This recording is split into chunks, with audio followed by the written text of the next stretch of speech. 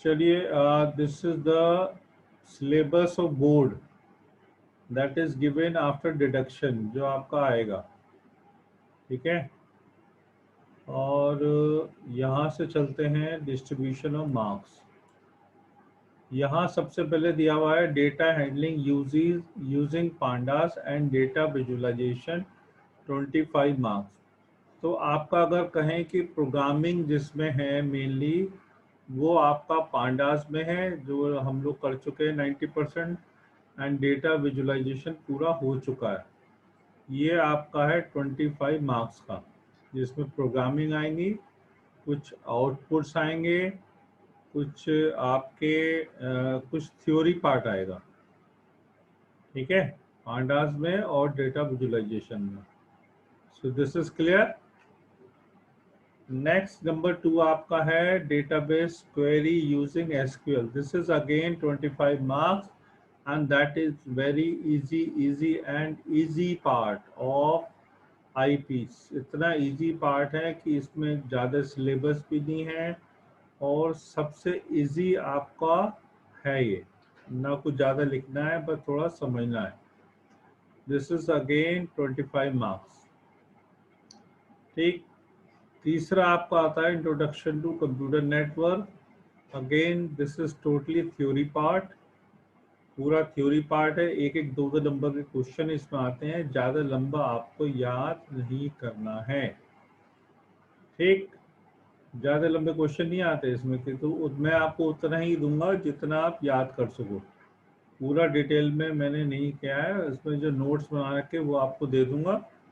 अभी तो आप लोगों ने किताब शायद खरीदी नहीं होगी, तो ऐसा करो, चलो किताब जिसने खरीदी ठीक है, नहीं है, बट जब सैम्पल पेपर आ जाएंगे वो सबको खरीदना कंपलसरी होगा। उसमें सारा थ्योरी और सब प्रोग्राम वोग्राम आउटपुट सब दे रखा होगा। ठीक है। ये मोहिसू कौन है ये? मोहित कपिल का भाई है क्या? चलो, उसके बाद नंबर 4 है आपका societal impact. This is again very very easy chapter, बहुत इजी चैप्टर है ये और बहुत जनरल चैप्टर है। आधी टर्म तो आपको वैसे इसमें समझ में आ जाएंगी। So this is all about theory part, ये सारा थ्योरी पार्ट है। उसके बाद आता है आपका प्रैक्टिकल। प्रैक्टिकल 30 नंबर का है, तो ये आपका इस तरह से डिस्ट्रीब्यूशन हो जाता है 100 मार्क्स का। उसके बाद यहाँ पे सारे जो चैप्टर्स ऊपर मेन हेडिंग दे रखा है, उसके बाद यहाँ पे उसको डिटेल में दिया है सिलेबस में जो आपको पढ़ना है। Data handling using pandas, introduction to Python library, mat pandas आ गए, मैट प्लॉट लिब आ गया, डेटा स्ट्रक्चर आ गया, सीरीज, डेटा फ्रेम और डिक्शनरी, ये सब दिया हुआ है। इसको हम डिटेल में तब करेंगे जब हम ये वाला चैप्टर कवर करेंगे। ठीक है, अभी आपको ऐसे ही दिखा देता हूँ, ये मैं आपको भेज दूंगा, कोई दिक्कत नहीं है।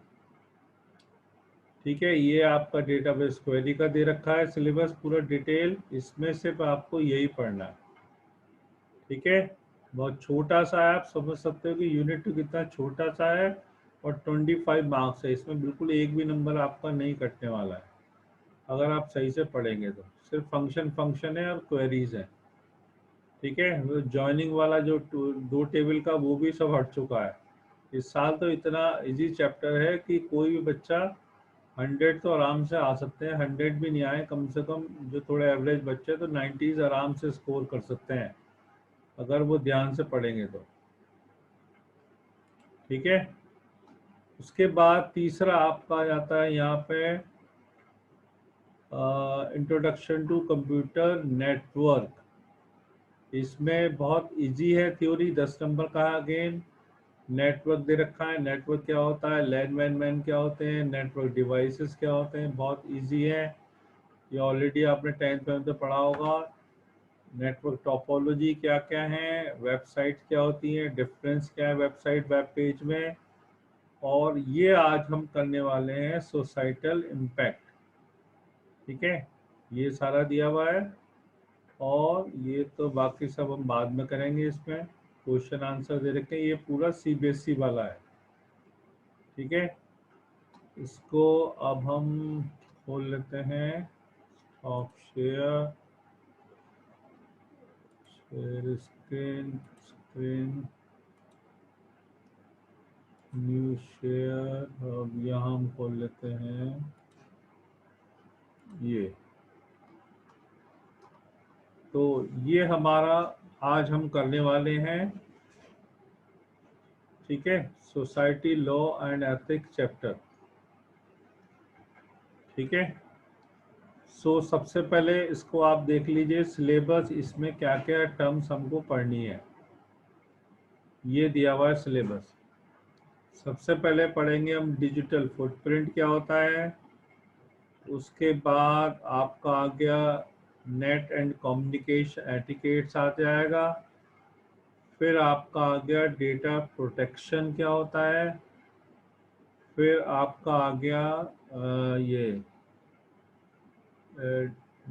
IPR इंटेलेक्चुअल प्रॉपर्टी, प्लेगिज्म और licensing, software free and open, cyber crime, cyber laws, hacking, phishing, cyber bullying, and this is आपका ये हो गया हैकिंग, फिशिंग, बुलिंग, ये सारा आपका दिया हुआ है जो हम कवर करेंगे। और इसके मैंने वर्ड में नोट्स बना रखे हैं ऑलरेडी, इससे मैं आपको पढ़ा दे रहा हूँ। और फिर उसके बाद मैं इसको डाल दूंगा आपको यूट्यूब पे, तो आप इसको दोबारा फिर रिवाइज भी कर सकते हैं। ठीक है, कोई इसमें अगर नीचे टर्म आ रही होगी तो मुझे बता देना कि वो इसमें नहीं है, हो सकता है वो थोड़ा ज़्यादा आ गया हो। ठीक है, चलिए शुरू करते हैं। यूनिट 4 है आपकी, 10 मार्क्स की है। सबसे societal impact is the name of unit. सबसे पहले आपका डिजिटल फुटप्रिंट क्या होता है। फुटप्रिंट का मतलब क्या होता है, फुटप्रिंट आप ऐसे समझिए जैसे आप सी के किनारे घूमने जा रहे हैं और रेत पे आप चल रहे हैं, तो आपके पैरों के निशान आपको दिख जाएंगे, वो आपको जहाँ जहाँ आप चलते जाएंगे वो पैरों के निशान आपके दिखते जाएंगे। That is called footprint. तो डिजिटल फुटप्रिंट से क्या मतलब है, digital footprint, sometimes called digital dossier, is a body of data that you create while using the internet। मतलब जब आप इंटरनेट पे काम करते हैं तो आप जो भी काम करते हैं उसके डिजिटल फुटप्रिंट्स आपके रह जाते हैं। इससे क्या मतलब है, it include the website you visit, email you send, information you submit, online service can be tracked by any individual। इससे मतलब क्या है डिजिटल फुटप्रिंट से, जब भी आप सपोज करिए कोई वेबसाइट खोल रहे हैं, उसका विजिट आपने करा, मेल आपने किसी को भेजी या कोई मेल रिसीव करी, या आपने कोई ऑनलाइन सर्विसेज का यूज़ किया है, तो आप देखोगे कि आपका जो ट्रैक है वो इंडिविजुअली नोट हो रहा है। समझ रहे हो, सपोज कोई आपने वेबसाइट खोली है तो उसका आपका क्या होता है, आपका आईपी एड्रेस और आपके जितने भी आप खोल रहे हो सारा आपका फुटप्रिंट्स वहाँ पे रह जाते हैं। So this is the meaning of digital footprints. इसको हम दो तरीके से कह सकते हैं, passive digital footprint and active digital footprint. ठीक है, पैसिव का मतलब क्या है, it is created when data is collected without the owner knowing। अगर कोई डेटा आप कलेक्ट कर रहे हो बिना ऑनर की उसको बताए हुए। More personal aspect of digital footprint, search history which is saved by search engine while you are logged in. That means कोई भी इंफॉर्मेशन आप कहीं से निकाली तो भी आपके सर्च हिस्ट्री में देखोगे तो आपका डिजिटल फुटप्रिंट वहाँ पे रह जाएंगे। ठीक है, जब भी आप लॉगिन करोगे तो वो सेव हो जाते हैं, तो उससे क्या होता है जो आपकी कुकीज फाइल है वो बन जाती है। ठीक है, नंबर 2 है आपका active digital footprint, are created when a user for the purpose of sharing information about oneself by means of website deliberately. इसमें वर्ड आ गया आपका डेलिबरेटली। अगर आप जानबूझकर कोई भी इंफॉर्मेशन शेयर करते हैं, ठीक है, वो इंफॉर्मेशन जो भी आप शेयर कर रहे हैं, चाहे आप शेयर कर रहे हैं फेसबुक पे या किसी सोशल मीडिया पे, तो भी आपका जितने भी फुटप्रिंट्स है वहाँ आपको दिखाई देंगे, ठीक है। This is called digital footprint. Okay, after that it's come here, it's come submit online, email, contribute to active digital footprints, you expect the data saved by another person, publishing a blog, कोई आप blog आपने लिखा उसको publish कर रहे हो, social media पे कुछ अपडेट कर रहे हो या कुछ, तब भी आपके डिजिटल फुटप्रिंट वहाँ पे दिखाई देंगे। Every tweet your poster, even अगर ट्विटर पे कोई चीज़ पोस्ट कर रहे हो तो भी आपका स्टेटस, और या फेसबुक पे आप या कोई फोटो शेयर कर रहे हो इंस्टाग्राम पे या कहीं पर भी, तो भी आपके डिजिटल फुटप्रिंट वहाँ पे दिखाई देंगे, ठीक है। So this is the digital footprint. ये जैसे आपको दिखा रखा है, ये आपका पैरों का निशान दिखाया हुआ है, चाहे फेसबुक करो व्हाट्सएप करो, ये सब दिखाया हुआ है, देखो कितना अच्छे से बनाया हुआ है, ठीक है। तो भी आपके डिजिटल फुटप्रिंट वहाँ पे रह जाएंगे। This is the definition of digital footprint, ठीक। नेक्स्ट आपका टर्म आता है नेट एंड कम्युनिकेशन एटिकेट्स। इसका मतलब क्या है, जब भी आप नेट पे काम करते हैं तो कुछ एटिकेट्स हमें फॉलो करने पड़ते हैं। That term is called netiquette. Netiquette is the short form of internet etiquettes, कि what etiquettes you should follow while you are visiting any websites or doing some shows, क्या नाम है, some digitally work, ठीक है। This, तो नेटिकेट्स में आपका क्या आता है, आपका जो बिहेवियर है थोड़ा पोलाइट होना चाहिए, ठीक है, गुड बिहेवियर होना चाहिए, कोई हार्श लैंग्वेज आप यूज़ ना करें जब भी आप सोशल मीडिया या किसी से बात कर रहे हैं, चाहे वो इंटरनेट हो, चाहे mail, social media, online chat, web form, website comment, multiplayer gaming and other types of, जितना भी आप ये लिखा हुआ है, जब भी आप इस पे काम करें तो आपका बिहेवियर पोलाइट होना चाहिए और थोड़ा उसमें गुड बिहेवियर होना चाहिए। कई बार देखा होगा जैसे अब बच्चे गेम्स खेलते हैं, ऑनलाइन गेम्स स्पेशली, और वो वहाँ पे बहुत बुरी बुरी लैंग्वेज यूज़ करते हैं। तो ऐसा नहीं है कि वो नोट नहीं हो रहा है, वो सारा कुछ आपका नोट्स होता रहता है, and that does not come in the category of good behaviour, ठीक है। So that is the meaning of netiquettes, okay. while there is no official list of netiquette rules, अब कोई ऐसा रूल तो नहीं है, बट इवन देन कुछ examples हम लेके चलते हैं जो आपका गुड बिहेवियर की तरफ आपको ले जाएंगे। उसमें आपको क्या क्या चीज़ अवॉइड करनी चाहिए। अवॉइड पोस्टिंग इन्फ्लेमेटरी और ऑफेंसिव कमेंट ऑनलाइन।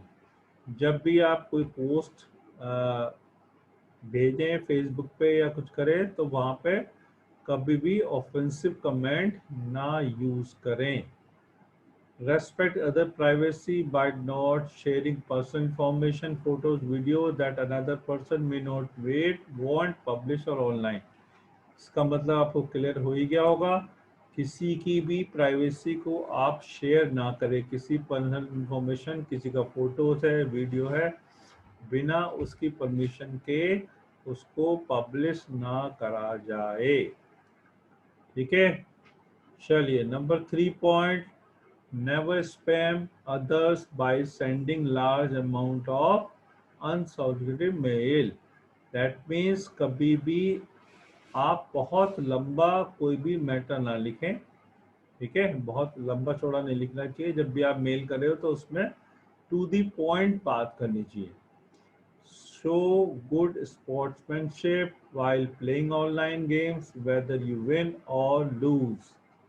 तो इसका मतलब क्लियर ही है, स्पोर्ट्स में आपको दिखानी चाहिए चाहे आप जीते चाहे हारे। ठीक।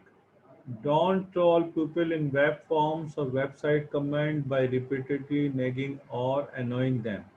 इसका मतलब क्या है, ट्रोल आपके आगे और भी आएगा। ट्रोल क्या होता है, ठीक है, वेबसाइट पे कमेंट्स आप सही से करें, वो सब लिखा हुआ है। Stick to the topic when posting online forms, when commenting on photo video such as YouTube Facebook और कमेंट। इसका मतलब क्या है, अगर कोई वीडियो किसी ने डाला है फोटो या फेसबुक पे, जैसे आप काम देख करते हो, तो उस पर टॉपिक के बारे में ही बात करनी चाहिए। ये नहीं कि पर्सनल इंफॉर्मेशन आप शेयर करें, हाँ तू कैसा है, तू कहाँ गया था, तूने क्या करा।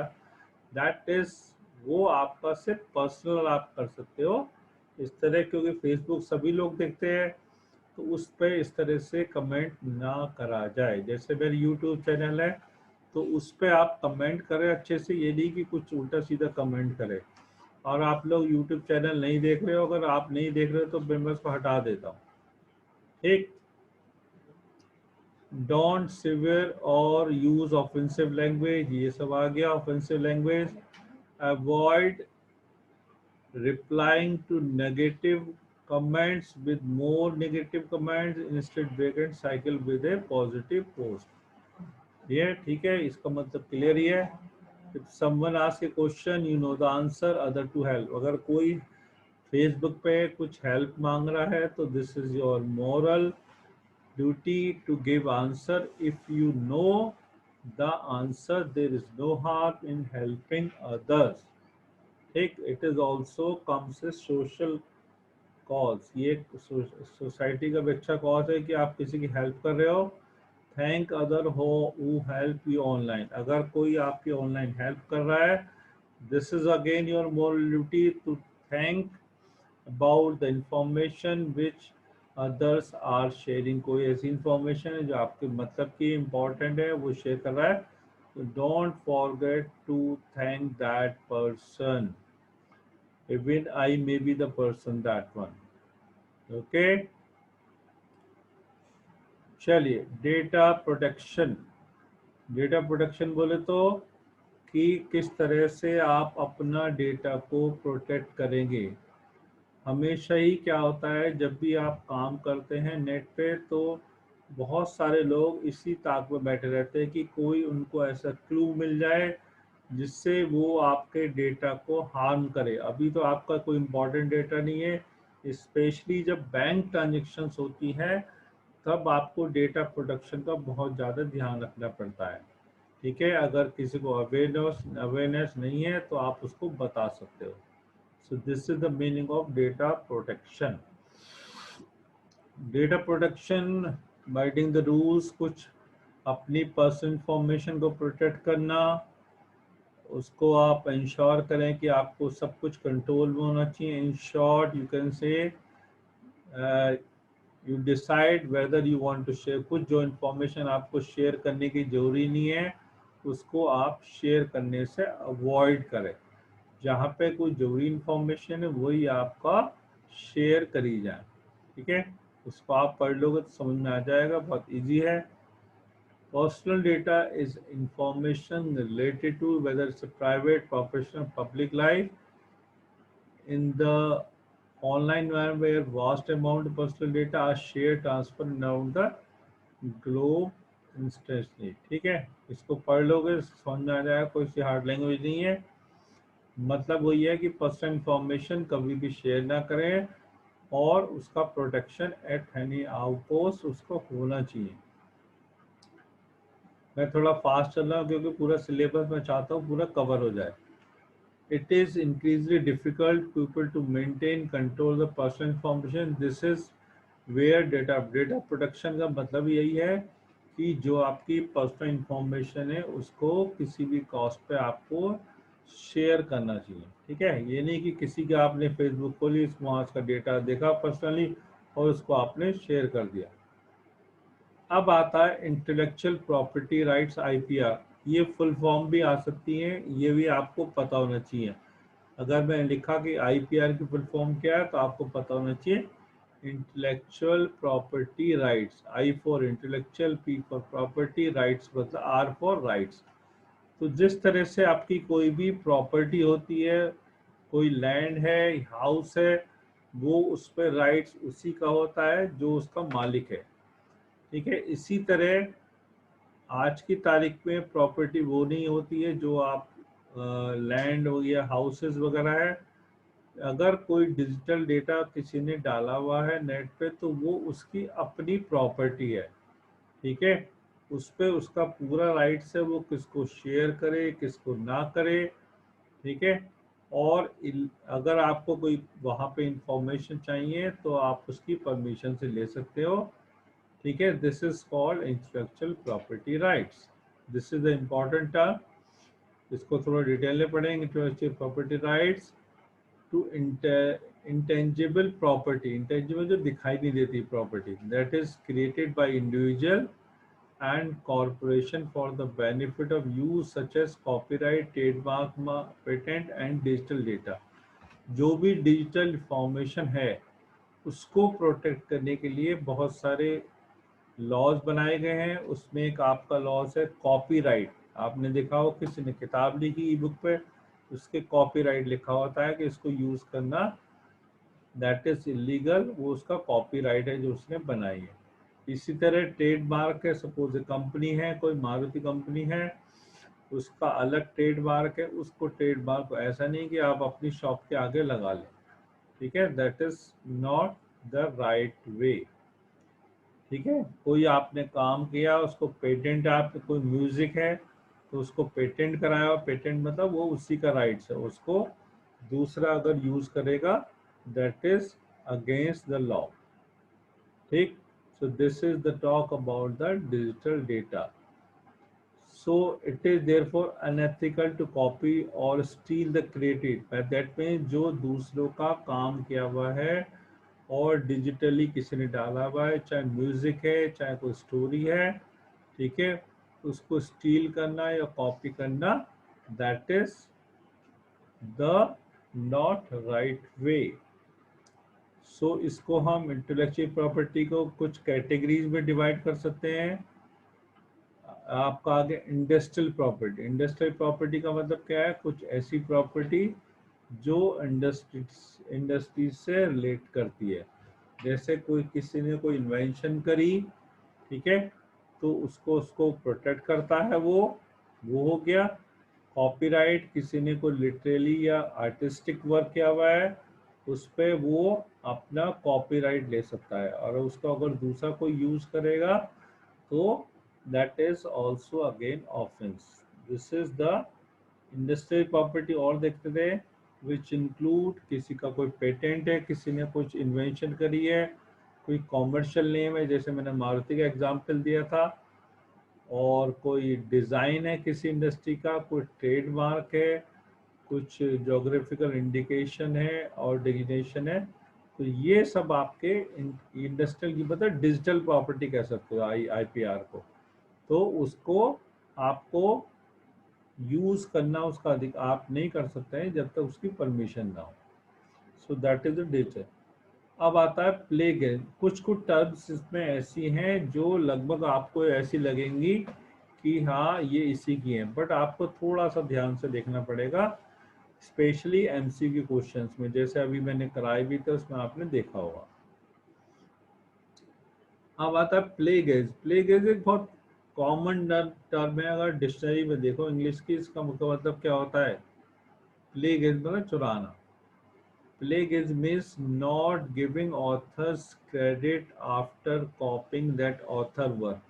That means अगर किसी ने कुछ ऑथर ने कुछ काम किया हुआ है, उसकी ने कुछ कॉपी किया है, और कॉपी तो चलो ठीक किया है बट उसको क्रेडिट भी उसको आपको देना चाहिए कि जो उसने काम किया है उस आपकी कुछ आपने वहाँ से कुछ कॉपी कर लिया तो उसको क्रेडिट भी आपको देना चाहिए उस पर्सन को। ठीक है, it involve lying, cheating, theft, dishonesty, ये सब आपका आता है किसमें? प्लेगेज में। चीटिंग करना, थेफ्ट है और dishonesty. For example copying paper written by other papers, pupil and professional and claim that is कई बार क्या होता है किसी दूसरे का कुछ काम करा हुआ है वो उसने डाला हुआ है, आपने क्या किया उसको कॉपी कर लिया और ये आप क्लेम करते हैं कि ये मेरा काम है। That is the best example of plagiarism. इसको अगर हम देखें क्लासिफाई करें तो इस पे दो आपके पॉइंट, दो कैटेगरी हो सकती हैं, एक एक्सीडेंटली अनआइडेंटिकल और दूसरा है डेलिबरेटली और इंटेंशनल। जैसे इसका मीनिंग समझ में आ गया होगा एक्सीडेंटल का। एक्सीडेंटल का डिफरेंस यहाँ पे दिया हुआ है, इसको आप पढ़ सकते हैं। एक्सीडेंटल का मतलब आपने कोई काम किसी का कॉपी कर लिया बट आपको ये नहीं पता था कि ये आपको नहीं करना चाहिए था, तो that comes in the accidental. Deliberately का मतलब क्या है, आपको ये पता है कि जो आप वहाँ से कुछ भी मैटर कट कर रहे हैं, पेस्ट कर रहे हैं या किसी को शेयर कर रहे हैं, ठीक है, बिना परमिशन के, और ओरिजिनल ऑथर है, बिना परमिशन के आप उसको ले रहे हैं, सो आपको पता है फिर भी आप यूज कर रहे हो, दैट इज कॉल्ड डेलिबरेटली। तो आप जानबूझ के ऐसा कर रहे हैं, so that is also the plugging. Accidental plugging means ये थोड़ा कम सीरियस है, आपको अवेयर नहीं था। और डेलिबरेटली में दैट मीन्स दैट इसके result that will be very serious also. अगर वो चाहे, जो अगर आपने कोई इंफॉर्मेशन कॉपी करी है, वो राइट था, वो आपको पता भी था कि वहाँ से नहीं करना है, फिर भी आपने करी, तो कोई भी आपके ऊपर केस कर सकता है। इसको अवॉइड कैसे करें, ये भी अच्छा पॉइंट है, अवॉइड कैसे करें। Use your own ideas and words. आप पढ़ लीजिए, कोई दिक्कत नहीं है, बट जो भी आप लिख रहे हो उसमें अपने आइडियाज और वर्ड्स यूज करें। Always private give the reference. अगर कोई आपने कोई इंफॉर्मेशन कहीं से ली है तो वहाँ पे हमेशा रेफरेंस दे कि वो हमने वो मैटर उस वेबसाइट से लिया, वहाँ पे आपको कोट करना चाहिए डबल कोट्स में, this has been taken from that website. Site the name of the website का नेम उस पर साइट करना चाहिए कि यहाँ से लिया हुआ है, और ऑथर को उसमें थैंक्स आपको देना चाहिए। टेक द इंफॉर्मेशन, जो भी आप इंफॉर्मेशन ले रहे हो किसी दूसरी जगह से, वो हमेशा बुलेटेड नोट्स में वो आप डिफाइन करें। यूज, अगर आपको पता नहीं है कि वो, कई बार क्या होता है हम काम तो कॉपी कर रहे हैं बट आपको पता नहीं है कि वो प्लेगरिज्म में आता है नहीं आता है, तो उसके लिए आप ऑनलाइन टूल्स में वहाँ पे चेक कर सकते हो कि वो प्लेगरिज्म में आता है वो वर्क या नहीं आता है। Develop your writing skills. ठीक, अपनी राइटिंग स्किल को खुद डेवलप करें, ना कि दूसरे के काम को लिया और उसको कॉपी कर दिया। ठीक है, तो आज के लिए इतना ही बहुत है, अभी कुछ और बातें कर लेते हैं।